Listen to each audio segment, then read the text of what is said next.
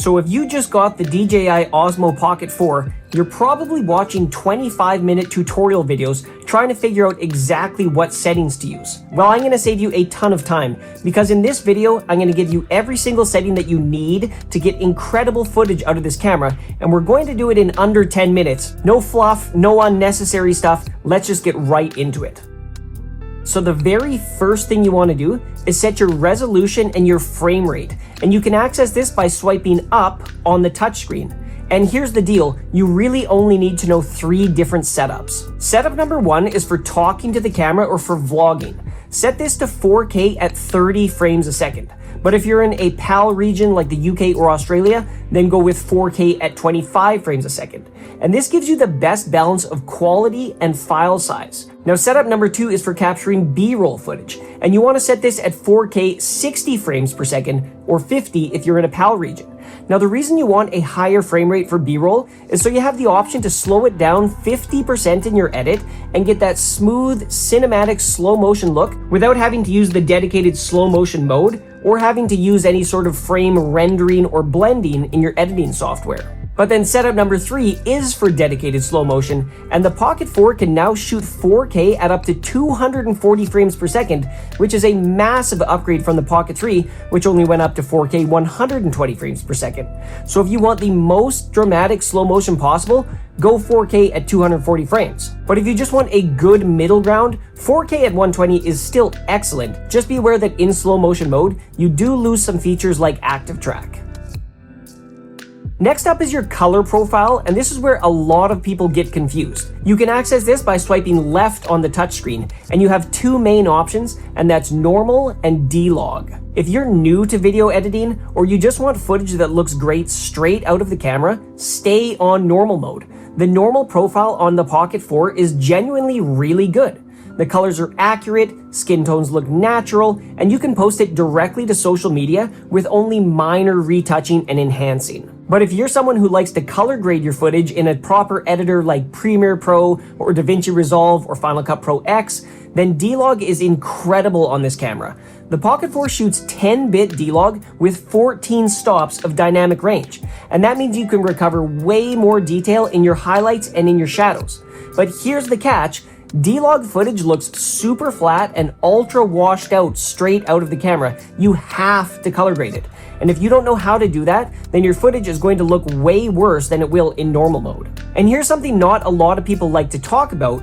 When you shoot in D-Log mode, if you use the 2x or 4x zoom mode, you're going to see more noise in the shadows than compared to in normal mode.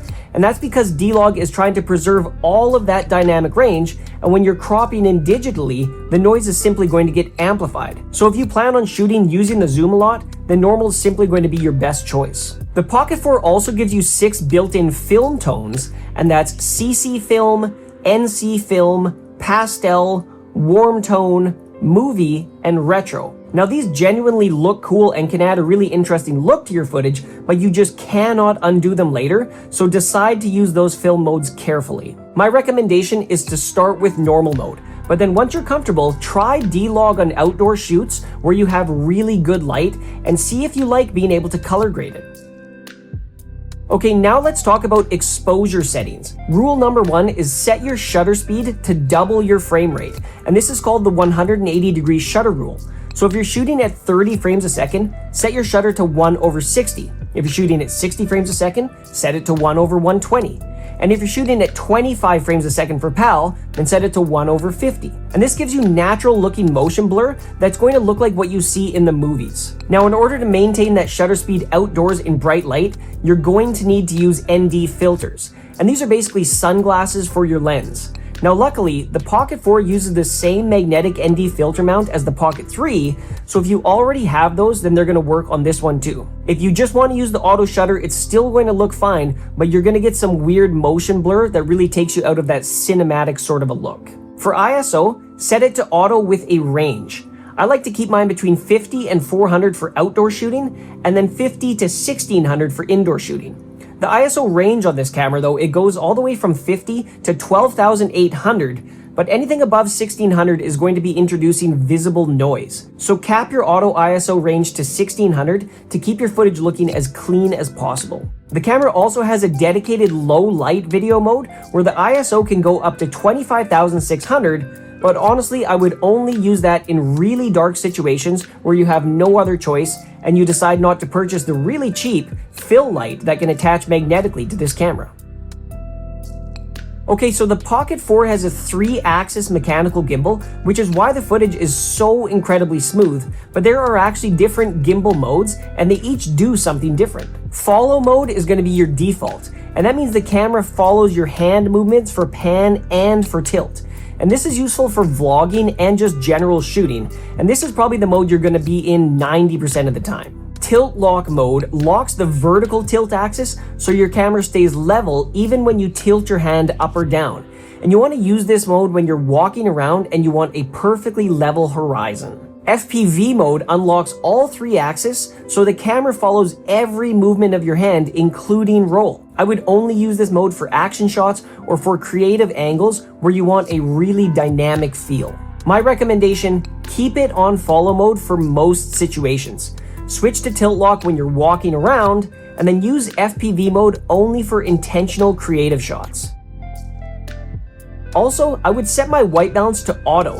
The auto white balance on this camera is incredibly good. It handles mixed lighting really well, and your skin tones are always going to look natural. But if you do want to be more precise, you can set a manual Kelvin value, but for most people, auto is simply going to be the way to go, and that's kind of how a camera like this is designed to be used. And make sure your focus mode is set to continuous autofocus. This way the camera keeps refocusing as you move. You don't want to be in single autofocus for vlogging, because every time you move, the focus will be locked wherever it was. Okay, let's talk about audio. The Pocket 4 has 3 built-in microphones, and they honestly sound really good for a camera this size. The audio outputs at 48 kHz 16-bit, which is the standard broadcast quality for audio. You get a few different microphone modes. You have stereo front and back, which picks up sound from in front of and behind the camera, and this is great for vlogging. There's also a new spatial audio mode, which gives you a much more immersive sound, especially if your viewers are watching on headphones. You also have a wind noise reduction setting, and you want to turn this on if you're shooting outdoors. It makes a very noticeable difference. If you get the creator combo, you also have the DJI Mic 3, which records 32-bit float audio, and this is amazing because it means you basically cannot clip your audio. Even if you're way too loud, you can bring it down in post without any distortion, which is crazy. So if you have a DJI Mic 3, I would definitely use it for vlogging, but otherwise, the stereo front and back tends to be the best overall mode. Okay, that's more or less what you need to know, but here's a couple quick bonus tips before we wrap things up. Tip number 1, the Pocket 4 has 107 gigabytes of built-in internal storage, and you might as well use it, because then you don't always need to have a micro SD card in there, and the internal storage is fast, reliable, and 107 gigabytes gets you a lot of footage. Tip number 2, the touchscreen brightness goes all the way up to 1000 nits, which is a big upgrade from the Pocket 3. So if you're outside and you have trouble seeing the screen, swipe down to the main menu and crank the brightness up all the way. Tip number 3, learn the button shortcuts. If you triple press the joystick, that's going to flip the camera around. If you double press the joystick, it's going to recenter the gimbal. Now the left button is for zoom. If you press it once, it zooms in 2 times, but if you double click it, it zooms in 4 times, and then just press it 1 time in either mode to go back to the regular default focal length. The right button is also customizable, and this is awesome because this gives you 3 different customizations by a single, double, or triple click, so this custom button can actually do 3 different things. So that's really it. Those are the only settings you need to get professional looking footage from the DJI Osmo Pocket 4. And if you found this video helpful, hit that like button and the subscribe button because I'm going to be making a lot more Pocket 4 content, and I'll see you in the next video.